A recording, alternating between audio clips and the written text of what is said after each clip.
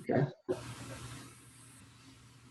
right, today we want to talk about soybean varietal response to saflufenacil, which is sharpened herbicide. And just to give some background information, products that contain saflufenacil, as mentioned before, one is sharpened herbicide and verdict herbicide by BASF. Verdict has the residual piece as well, which is Outlook, a group 15 herbicide added with the saflufenacil. Sharpen is just the saflufenacil alone, and primarily focusing on that for the purpose of this presentation. And just giving some background information about the products, saflufenacil is a PPO herbicide, provides excellent control of several broadleaf weeds, including mare's tail. And in our area, we have a fair amount of glyphosate-resistant mare's tail in North Alabama, especially. Sharpen's an excellent product that works on those mare's tail. Just some important considerations when we're thinking about saflufenacil or sharpened herbicide. A methylated seed oil is a must when using this product. And size limitations. There are size limitations to particular weeds that you're going after, in particular glyphosate-resistant mare's tail at a 6-inch height. So that's a pretty small weed. People tend to overestimate or underestimate weed size, I should say. So 6 inches are size limitation there. And coverage is key. This is a coverage type product, so you want something that's going to produce fine droplet spray, something like a flat fan type nozzle, and a minimum of 15 gallons of water per acre for coverage. You can go more, but I don't want to see any less than 15 gallons per acre when using a product like this. Just to show some of the utility of this product, look at a plot from northeast Alabama with heavy mare's tail pressure that was burned down with Sharpen and a pre-mixture of Sharpen and Roundup, or tank mix of Sharpen and Roundup. So an ounce of Sharpen and a quart of Roundup to the acre, plus the methylated seed oil at a pint per acre. You can obviously see the treated and untreated strips did a very good job of cleaning that plot up. And as I said earlier, 6 inches is our size limitation. Those mare's tail are obviously larger than 6 inches, so I don't want anybody to see this presentation and leave and say, let's go out and spray mare's tail this big. That's not ideal. That's not what we're shooting for. However, this does show some of the utility of the product. This gentleman kind of was in a sticky situation and went out with an ounce of Sharpen, quart of Roundup, 15 gallons of water, and the methylated seed oil. You can see it cleaned it up very well. So just showing some of the utility of the product again. It's a great product, but some of the concerns are soybean varietal sensitivity, which is what we're focusing on today. Just want to highlight some of the plant back restrictions, or minimum pre-plant intervals, I should say, to soybeans when using Sharpen and verdict herbicide. Note that on coarse soils with less than 2% organic matter, an ounce of Sharpen, you're going to have to wait 30 days to plant soybeans into that. All other soils, you can plant right back into it. So in the Tennessee Valley, where I primarily focus my research and my work, or our work, on a silt loam type soil, you can use an ounce of Sharpen right there at planting or behind the planter and plant right back into it at 0 days. But if you're on a sandier type soil, it's going to be a 30-day plant back. If you go up to an ounce and a half, it's 30 days, and an ounce and a half on something like a silt loam soil would be 14 days. Note the equivalent rates of verdict there. So an ounce of Sharpen would be the equivalent amount of saflufenacil to 5 ounces of verdict. Ounce and a half of Sharpen would be 7.5 ounces of verdict, and the same minimum pre-plant intervals to soybeans there. So some previous testing has been done with this product in looking at soybean varietal sensitivity, some on-farm work in 2010 and 2011, also some work over at Sand Mountain 2012 and 2013, and really no injury was seen during those tests. But that's something that we didn't know beforehand. It was a weather event related is where we see the injury, and also soybean variety selection is where the injury came up. But this is pre knowing that information. So no injury was seen during that early testing. And then field reports came out in 2013 of seeing some soybean injury where this product had been used. And when the field reports started coming in, and Charlie Burmaster decided to do a quick screen of several soybean varieties and see if there was something to this. The way he conducted this, he planted 1-row plots. So each one of these rows denotes a different variety. And he sprayed across these plots with a plot sprayer for a couple of reps or several reps to have it replicated. And spraying across those, each soybean variety would have incurred that application, and there's treated and untreated portions to be able to see where sensitivity may or may not exist. Huge rainfall event occurred very shortly after planting, something like in the neighborhood of 2 inches plus. And after that rainfall event, you can obviously see the difference in some of the varieties where stunting and some mortality occurred within the plots in some of those treated portions, differ between varieties. Note the row here, severely stunted, and even some that didn't emerge, versus some adjacent to it that seemed relatively unaffected. So out of those 23 varieties, 6 varieties were selected, 2 that were highly sensitive, 2 moderately sensitive, and 2 that were not sensitive at all. And replicated studies were conducted to see where yield loss may or may not be incurred. And in those studies, it was found that an off-label rate of 2 ounces with the weather event taking place at planting, that a couple of bushels of yield loss did occur.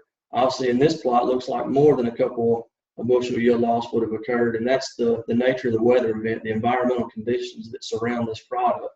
So more or less weather per se at planting in the neighborhood of rain, or when those soybeans are germinating or cracking. We'll talk about that in more detail in just a minute. That's where the injury or yield loss occurs. So it's all about picking the right variety.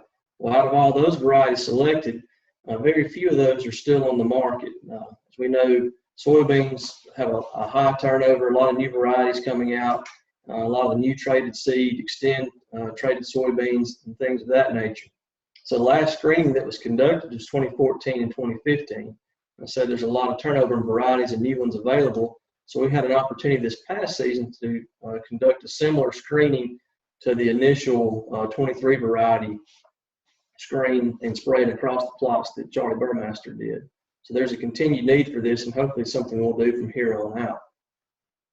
So what we did this past season in 2016, we had 64 varieties. So each one of the rows that you see here denotes a different variety. So there's 16 varieties here in the foreground. If you move on down, there's another 16 varieties. Move on down, another 16 varieties, so on and so forth. And this was under a linear irrigation tower at the Tennessee Valley Research and Extension Center, so that if we didn't get rainfall, we could irrigate and create the injury in the sensitive varieties. Keep in mind, we're not sure what may or may not be sensitive in these. This is a new screening of 64 varieties. We're not taking these to yield. This is purely observational to see where injury may or may not be occurred. So we had those 64 varieties. We sprayed across them twice for 2 reps. So we had 2 reps of treated and untreated with each one of those rows.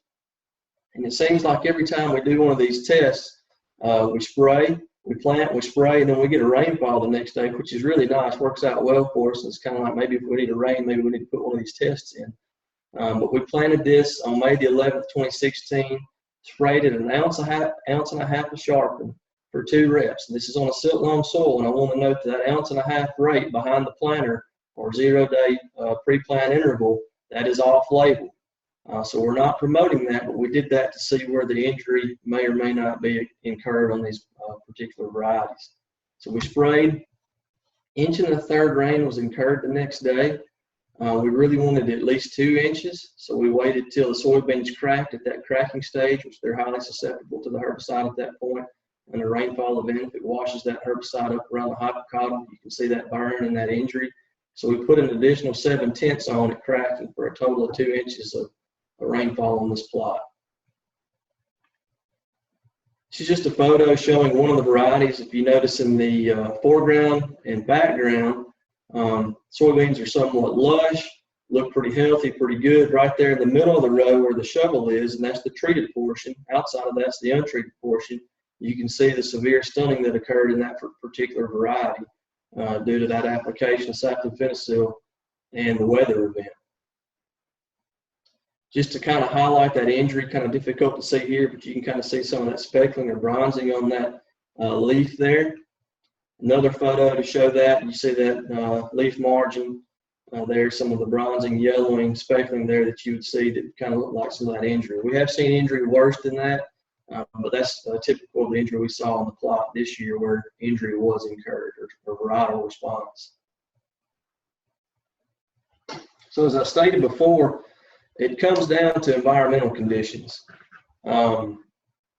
You plant, you spray, and if your seed furrow is not closed up very well, or you get a huge rainfall and it washes that herbicide up around that germinating seed, that soybean seed, as it's imbibing water and starting to germinate, that's when injury can be incurred. And also, if you incur that huge rainfall event after planting and spraying, and then the soybeans start to crack or just start to emerge, and it washes that herbicide up around the hypocotyl, as I stated before, that's where the injury is incurred with a weather event. Some varieties are more inherently tolerant than others, and that's the purpose of this observation in this study. So when we rated these plots, we rated them a couple of times at about 14 days and maybe even further out than that. We used a numbering system.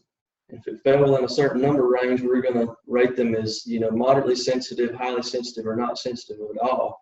And after doing that, some came out very close one way or the other to being moderately sensitive to not sensitive or moderately sensitive to highly sensitive. And I really didn't like the way that shook out. So this isn't hard and fast published data, but went back out there and re-rated and looked at them as if maybe a producer would look at them and said, if these were my soybeans, would I say this variety is sensitive, not sensitive, or maybe moderately sensitive? Just looked at it with an observational kind of objective look at the soybeans in the field. So I'll scroll through and scroll back. These are the 64 varieties that we screened this year, and this is kind of the system we came up with. So several Asgrow, Credenz, and Hornbeck, Cropland, Mycogen, Progeny, and Pioneer seed, and came up with a system of safe, warning, or caution. Caution would be moderately sensitive, safe would be very little sensitivity at all, and warning would be highly sensitive. So Sharp and saflufenacil, great product, shouldn't scare anybody out of using it, but also need to be cognizant of what varieties maybe we want to plant when using that product, and that's the nature and the purpose of this test. One thing that I will note, several of these companies do a really good job of already screening their soybeans to saflufenacil, and these are the results that we saw at this location under these conditions. We had more weather per se, or less weather. We may have seen more injury with more rainfall, more weather, more extreme environmental conditions, less rainfall, less extremes than that. Maybe we would have seen less injury or response. So it all comes down to these environmental conditions. As I said before, these companies that do the screenings, I'll point out Asgrow 4632, very popular soybean, in the Tennessee Valley. Asgrow rates it as sensitive. In this test, it came out as moderately sensitive. So they would rate it per se as a warning, whereas we rated it as a caution. I would encourage you to abide by their recommendation. They obviously rated as sensitive for a particular reason. Maybe that was on a sandier soil. I don't know the background behind that. I just want to note that if they rated as sensitive, abide by their recommendations due to the fact that it looks like it has potential to be from what they've seen. This is what we saw at our location under these conditions. This is a list that we've come up with for this year, and hopefully do it again next year and kind of start developing a database, maybe of some similar varieties, but as these varieties turn over, getting some of the newer varieties in there too, or maybe very little information exists as far as these screenings. It seemed to be very helpful to producers. I've had several producers comment that they've used this in some of their selection. Several came and walked these plots. Several industry reps came and walked these plots as well, and found it to be very beneficial and something we want to continue in the future. That's the nature of my talk today and what I wanted to present. And if you have any questions about this or any further things that you'd like to look at in regards to this screening, you can feel free to contact me at the email address or number below.